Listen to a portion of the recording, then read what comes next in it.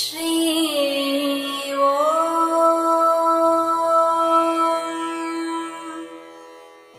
ஸ்ரீ ஓம்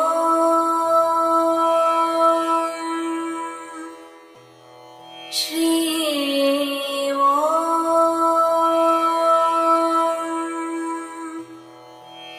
ஸ்ரீ ஸ்ரீயம். நாம் ஜெகத்குருவை பற்றியும் அவர்களின் செயலை பற்றியும் பார்த்து கொண்டிருக்கிறோம். நிச்சயம் நமக்கு புரிவது கஷ்டமே ஆகும். இருப்பினும் சில அவர்கள் செய்வதை பார்த்து புரிந்து கொள்ளலாம். அவர்களுக்கும் மற்றவர்களுக்கும் என்ன வித்தியாசம் என்பதை நன்றாக புரிந்து கொள்ளலாம். நாம் இப்போது ஜெகத்குரு எதையும் தனக்கென்று வைத்து கொள்ள மாட்டார். அவர் பிரார்த்தனையை எது வந்தாலும் எல்லோருக்கும் இறைவன் எல்லோருக்கும் கொடுக்கட்டும். இறைவனிடம் பிரார்த்திக்கும் போது, இறைவா எனக்கு மட்டும் தரிசனம் இல்லை, எல்லோருக்கும் தரிசனம் கொடு. இறைவா எனக்கு மட்டும் இது இல்லை, எல்லோருக்கும் தான்.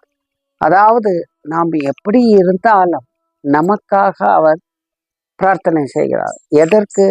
நம் அன்றாட பொருள் ரீதிக்கு அல்ல, நம் வாழ்க்கைக்கு, நம் ஆத்மாவின் முன்னேறுவதற்கு, அதற்கு அவர் வேண்டுகிறார். ஐயோ, மனிதர்கள் இப்படி இருக்கிறார்களே, இவர்கள் திருந்தி இவர்களும் உன்னை புரிந்து கொண்டு உன்னிடம் வந்து சேர்க்க வேண்டும்.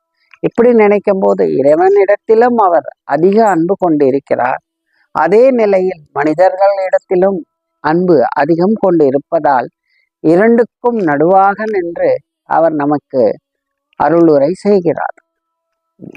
பகவானிடத்திலும் அதே நேரத்தில் நம்மிடத்திலும். இதற்கு ஒரு உதாரணமாக நாம் பார்க்கலாம். ராமானுஜாச்சாரி நடந்து கொண்டு போயிருக்கிறார். அவர் குரு அவரை அழைக்கிறார். குருவிடம் சென்று எனக்கு மந்திரோபதேசம் செய்யுங்கள் என்றார். அதன்படி குருவும் மந்திரோபதேசம் செய்கிறேன், ஆனால் நீ யாருக்கும் சொல்லக்கூடாது என்றார். உடனே இவர், சரி, நான் யாருக்கும் சொல்லவில்லை, இருப்பினும் ஏன் சொல்லக்கூடாது என்று கேட்கிறார். இல்லை இல்லை, இதை சொன்னால் எல்லோரும் அடைவார்கள் முக்தியை, அதாவது இறைவனின் பாதத்தை என்று சொல்கிறார். அது எப்படி? எல்லோரும் அடையட்டுமே என்று நினைத்து கொண்டு இவர் நேராக மந்திரோபதேசத்தை பெற்று ஒரு கோவிலின் கோபுரத்தில் நின்று கொண்டு அந்த மந்திரத்தை ஜோராக எல்லோருக்கும் கேட்குமாறு உரைத்து கூறுகிறார். எல்லோரும் இதை கேட்கிறார்கள்.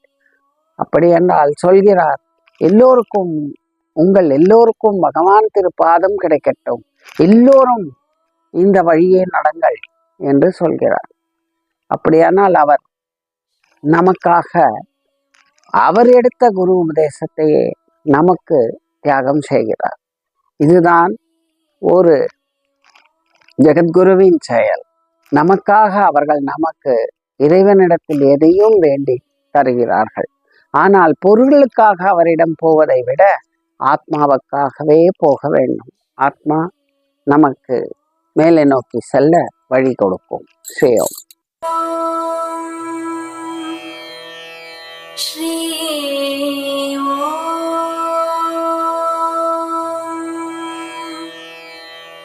ஸ்ரீ